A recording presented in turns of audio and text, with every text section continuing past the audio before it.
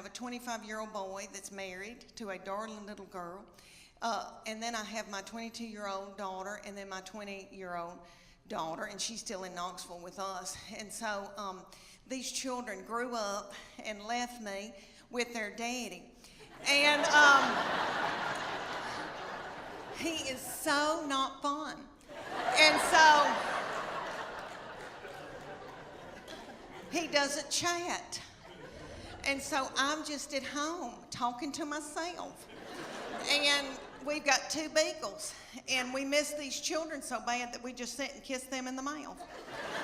So I'm trying to adjust to just being with their daddy, and so I bought him tickets to go see Def Leppard and Journey.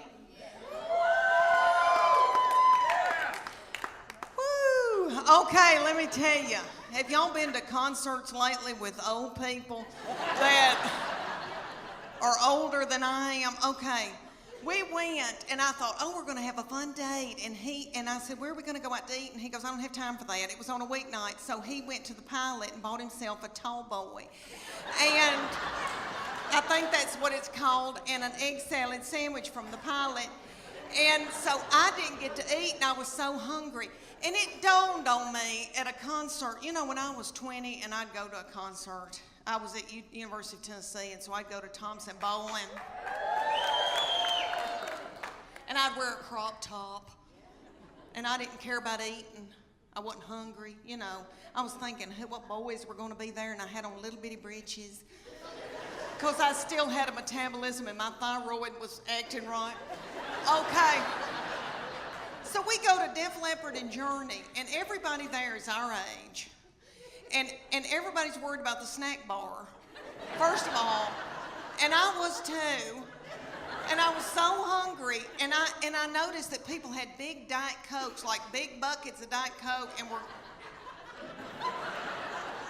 sucking on those big buckets of Diet Coke while the concert was going on. And every once in a while, somebody would stand up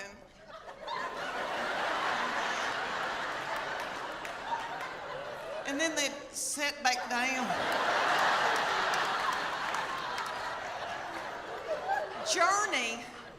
Journey has a little bitty feller from another country singing for them, and he's yummy. He looks like a little M&M. You could put him in your pocket.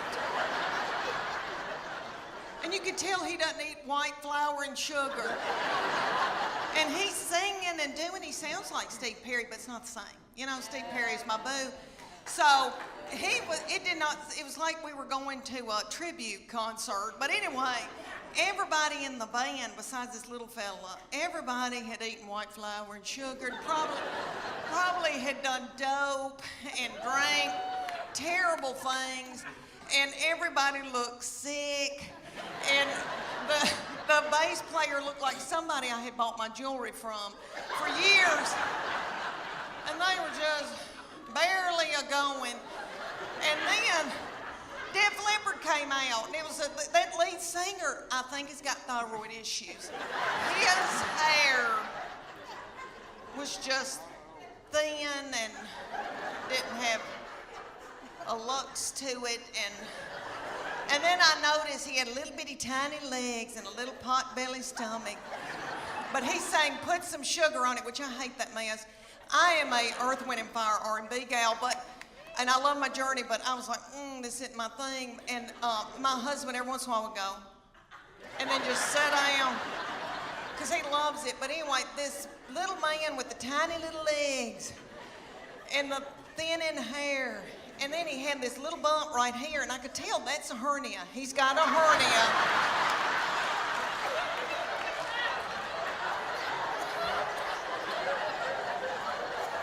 And I bet that he hadn't had time to get it fixed. He hadn't had time to put a mesh in. And you could just see it. It looks like my stomach because I've had a hernia, but I've had mine fixed. And I thought, oh, bless his heart. But he'd do, and he'd prop a little thin, frail leg up on something. Oh, I thought, isn't it funny how things have changed since I went to concerts when I was 20? Everybody was walking out like this because everybody had inflammation in their feet.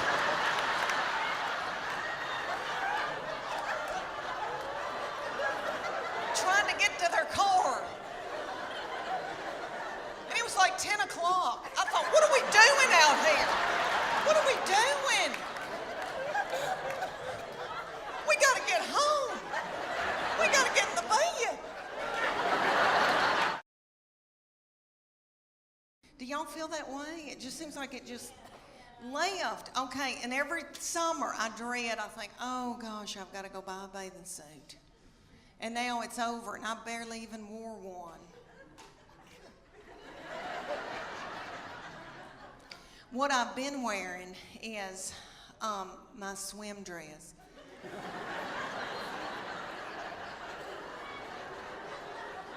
Because my life is over. I did a show for a bunch of women, and one of the women came up and she said, you know, you ought to go to Sears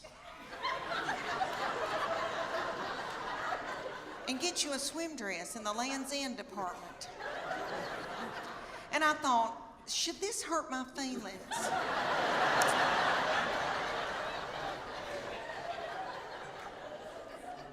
So I did. I went to the Sears in Knoxville, Tennessee. They've still got our Sears open. I don't know if y'all's is open or not in Chattanooga. Okay, ours, you go in, there's not a soul in there. The lights are on. Nobody's shopping. Nobody's working.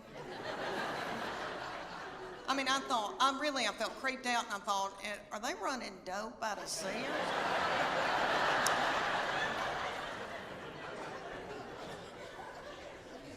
So I bought me a Land's End swim dress, and I gotta tell y'all, I'm beautiful in it. Okay. It gathers in right here where my hernia mesh is. And it shows my arms that I still have, because they're my daddy's, Jimmy Fletcher. I've still got his arms. Okay, I've still got my collarbones, praise God. And then it covers up the white flour and the sugar. So I just get a spray tan and I'm good.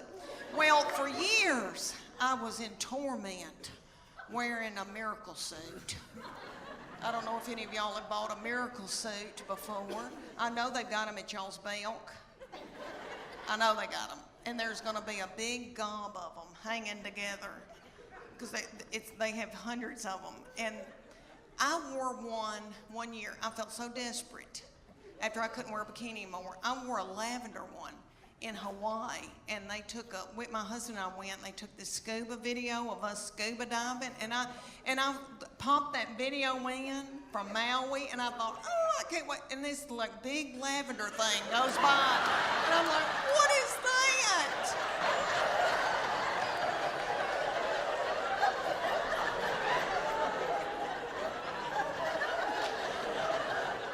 I destroyed that video. It's awful. But anyway, so I get this miracle suit. They're at y'all's Belk, and it's got a big sign that says lose 10 pounds in 10 minutes. Miracle suit. You do, because you sweat yourself to death trying to get it on.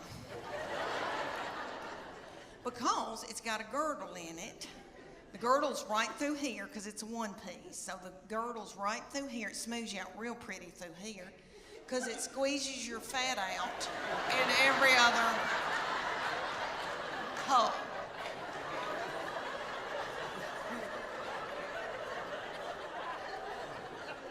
And don't get it wet, because somebody will have to cut it off of you.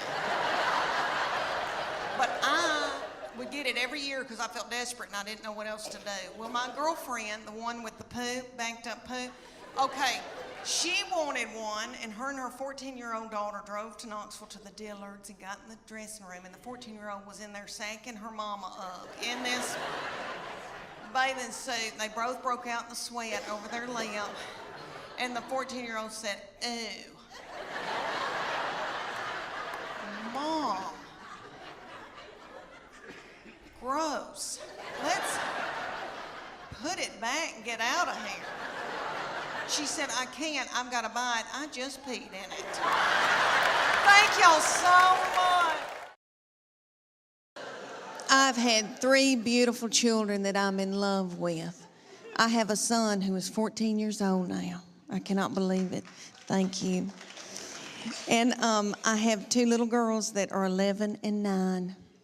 And my baby child is in 4th grade now. I cannot believe it. When she went to kindergarten a few years back, that was going to be the first time that I was going to be by myself all day long from 8 to 3, all by myself. I nearly grieved myself to death. I thought, Lord, what am I going to do with all this time on my hands? I hope I don't get hooked on whiskey and start honky-tonking.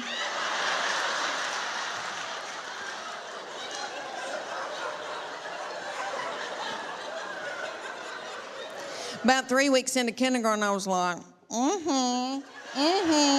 it's your birthday, Now I ain't gonna get a pap smear without somebody sitting on my head.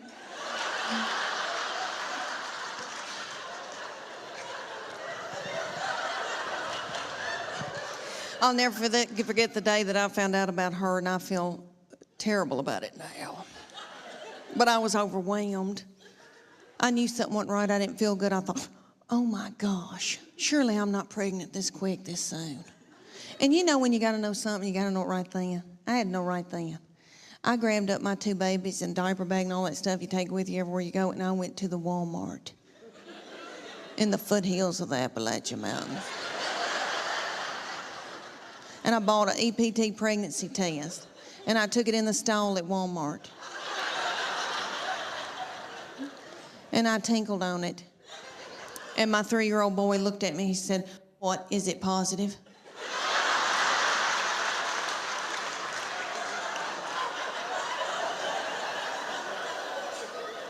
And it was. So I drove home just as fast as I could, and I called my husband at work. And I said, you're trying to kill me, aren't you? With a slow vaginal death. Is that what you're trying to? Well, you're not going to. You better get home right now, because I'm going to walk out in the woods and let the animals eat me.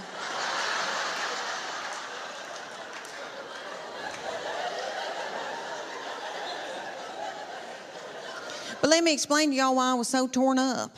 I had a 13-month-old baby girl in diapers and a 3-year-old little boy in Superman panties with doo-doo balls falling out.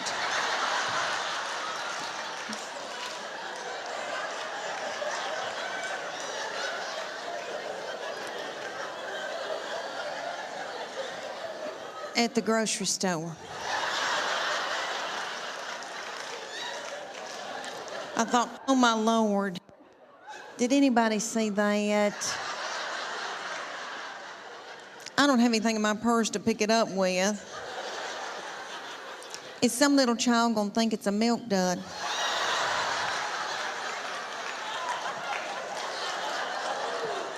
Let's just keep on moving, everybody, just keep on moving. But God knew better than I did, because she's been a doll baby, but she's ruined. And I know I'm the one who did it. I was tired and beat down. So, anybody here who has more than 2, you know, good night by that 3rd and 4th one, you gotta let them do what they gotta do, you know. She still cries over anything. She cries because she knows she gets her way. I said, what's she crying about? She wants your toy? Well, just give it to her. I can't deal with it.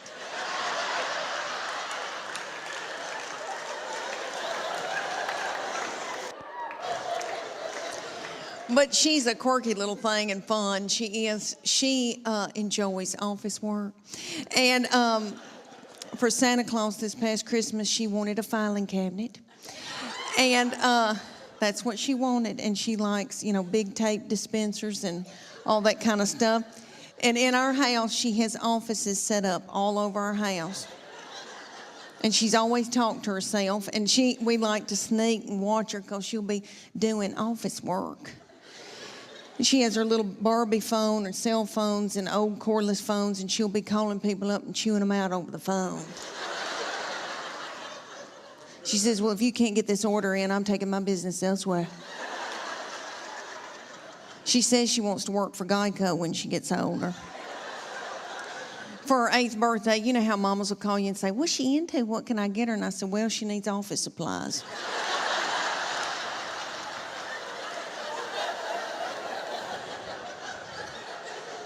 My oldest daughter has turned 11, and she's in 6th grade in middle school. And I can tell that puberty is beginning with her. She's crazy. And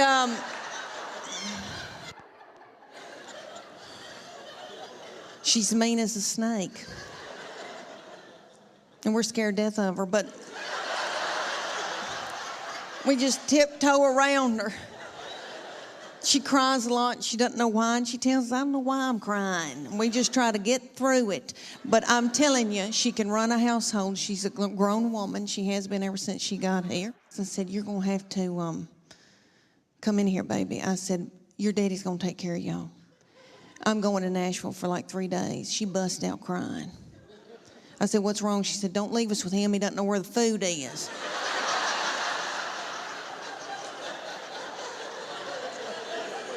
I said, well, that's why you're in charge. And she is. God love her. But my girls are emotional, and I don't mean to talk about them because I love them, and I know they'll visit me in the nursing home. But they are lunatics. My husband says they're psycho, and they need therapy. And I'll give you all an example. I can be in the pickup line at school, and this has happened when they were in 1st grade, and it happens every day when I pick them up at school now. I'm sitting in the pickup line, and I can see them come out, and they are in a good mood.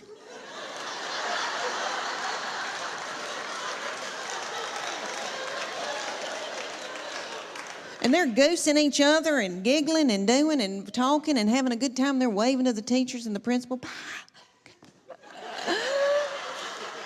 See you tomorrow. Okay. Then they come over to my vehicle. Get in. Shut the door. My 11-year-old take her backpack and sling it and hit me in the back of the head with it. Every day she says something like this. I'm starving to death. You don't have a piece of cheese in this car?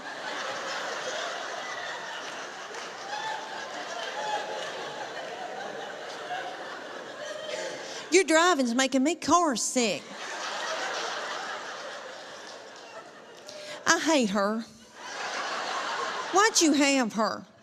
And then my baby will be sitting up there in a daze. She'll be going, Mama, Mama, Mama, Mama, Mama, Mama, Mama.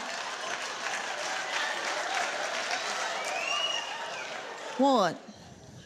Mama, Mama, Mama. What? I'm listening. She asked me some of the craziest things. One day she said to me, did Jesus ever have headlice?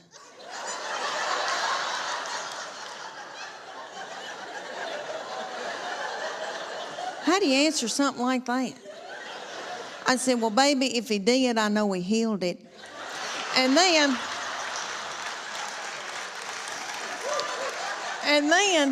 my girls would be whipping each other in the back seat and telling each other how bad they hate each other and they wished each other were dead. And then my sweet boy will come out.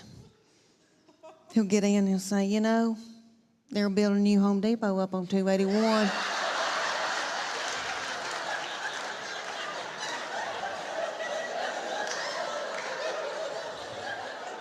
Just as happy-go-lucky. He's just like this. He's been like that all of his life. He's 14. He's never sassed me. I know people say it's coming. I'm telling you, I don't think it will. And I'm in love with him. My husband says I have an unhealthy obsession with him. Whatever. And He's the only one of all my family that doesn't give me any crap. So yes, I am in love with him, and that doll, we want the best for him, and we want the best for these children. We want them to be involved in sports. You know, keep them off of dope.